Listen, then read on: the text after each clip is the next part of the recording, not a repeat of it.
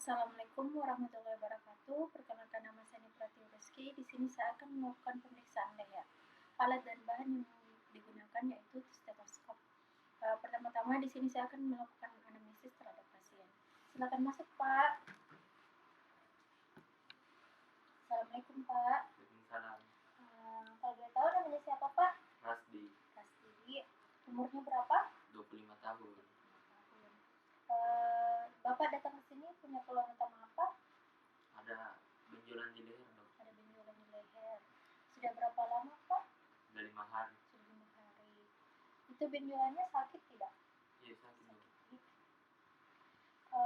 Di keluarga ada yang punya keluhan yang sama juga? Enggak, dok. Jadi di sini saya akan melakukan pemeriksaan leher terhadap Bapak. Yang pertama itu tujuannya untuk melihat apakah ada kelainan yang terjadi pada bagian leher pada Bapak.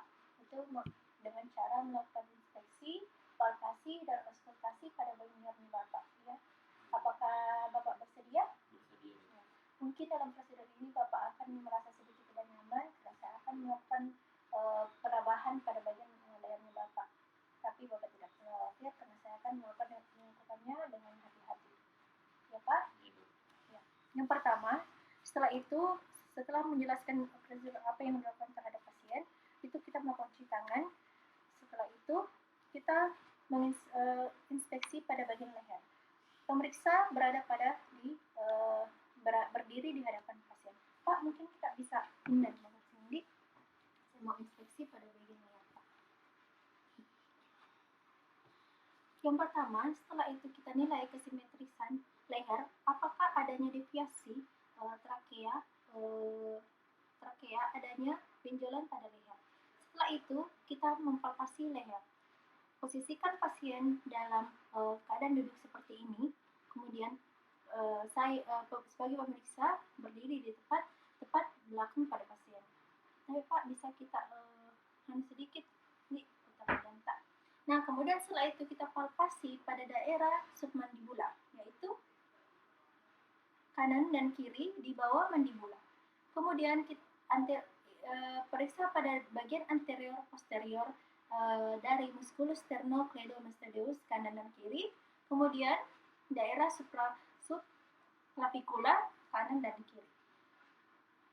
Kemudian daerah aksila dan aksila kanan dan kiri. Kemudian kita nilai adanya pembesaran kelenjar getah bening, adanya apakah ada kelainan, apakah ada pembesaran kelenjar getah bening. Kemudian setelah itu analisis hasil pemeriksaan, yaitu pada inspeksi leher, jika keadaannya normal, leher terlihat simetris dan tidak terdapat benjolan sama sekali. Kemudian yang didapatkan dari palpasi leher saat pemeriksaan ini adakah pembesaran kelenjar getah bening pada area yang diperiksa.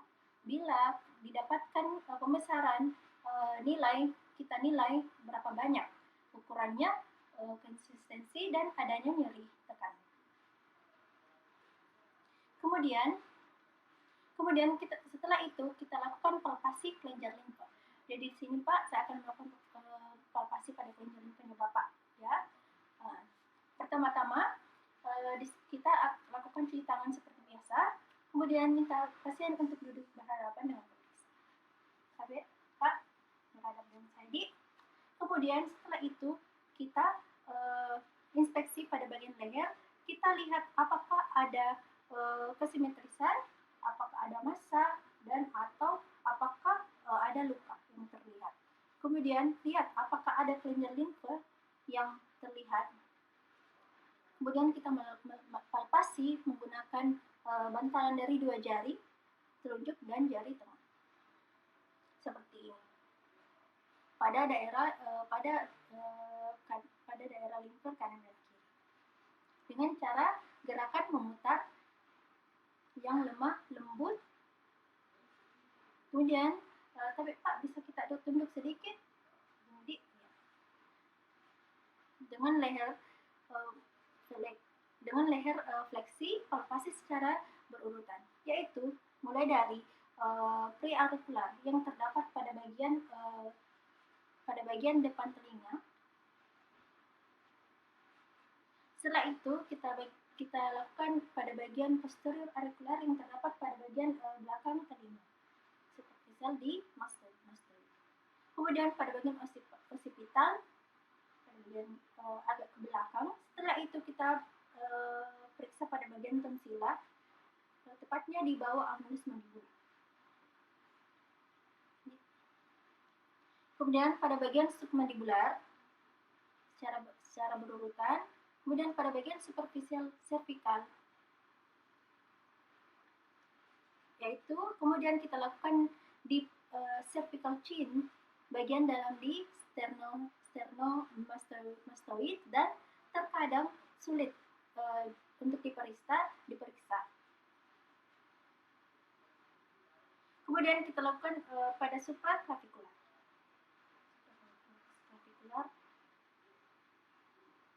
Dalam sudut yang dibentuk oleh clavicula dan sternomastoid. Kemudian kita rasakan apakah bagaimana ukuran, bentuk atau batas konsistensi atau nyerinya. Kita rasa nyeri, Pak. Kemudian pada area lengan dan tungkai, inspeksi kedua tangan pasien, kemudian kita nilai dari ujung jari hingga bahu. Pak, bisa kita angkat kedua tangan tak begini ke arah depan. Kemudian setelah itu kita nilai ukuran kesimetrisan dan lihat apakah ada pembengkakan normal. Kemudian kita lihat kemudian kita palpasi pada bagian epirocular node. Minta pasien untuk mengfleksikan begini, Pak Di. Ya. Dan angkat serta dalam lengan pasien dengan tangan pemeriksa bagian kanan dengan bagian kiri. Tapi Pak, bisa keduanya lagi. Kita palpasi pada bagian lekukan di antara otot biceps dan triceps. Setelah itu, pada kaki pasien minta untuk berdiri dengan santai. Tapi Pak, bisa mungkin kita berdiri. Kemudian kita nilai ukuran kesimetrisan dan lihat apakah ada pembengkakan juga. Ya.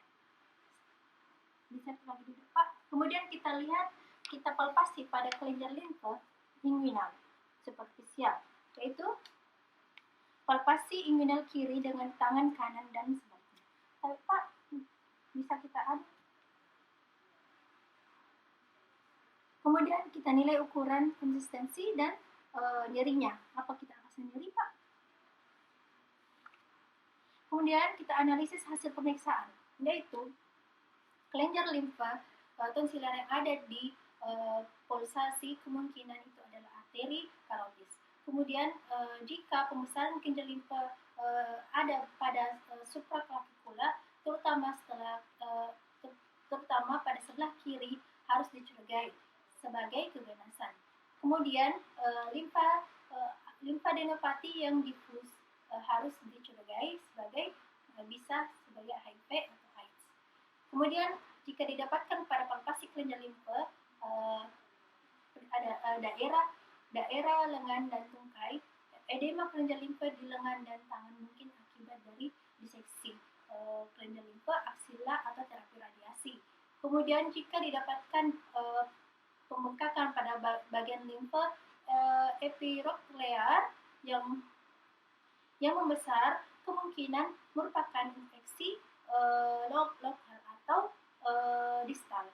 Kemudian pada limfadenopati berarti pembesaran kelenjar limfa dengan atau tanpa nyeri. Coba untuk kita dapat membedakan antara limfadenopati lokal dan generalisata. Nah, lanjut. Kemudian kita lakukan pemeriksaan tiroid, yaitu hipertiroid dan hipotiroid. Kemudian tadi Pak, di sini saya akan melakukan pemeriksaan kelenjar tiroidnya Bapak, yang untuk melihat apakah kelenjar tiroidnya di Bapak ada Kemudian kita lakukan cuci tangan seperti biasa. Minta pasien untuk duduk. Pemeriksa berdiri tepat di belakang pasien. Pak, bisa kita lurus, Dik.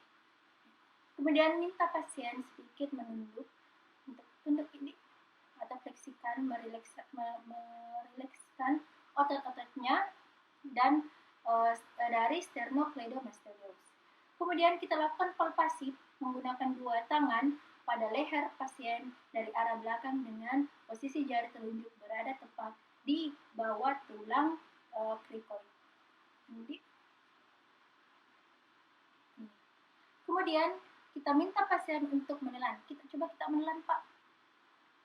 Nah, dengan demikian kita dapat merasakan pergerakan tiroid isthmus. Kemudian kita menggunakan tangan kiri dorong trakea ke arah kanan.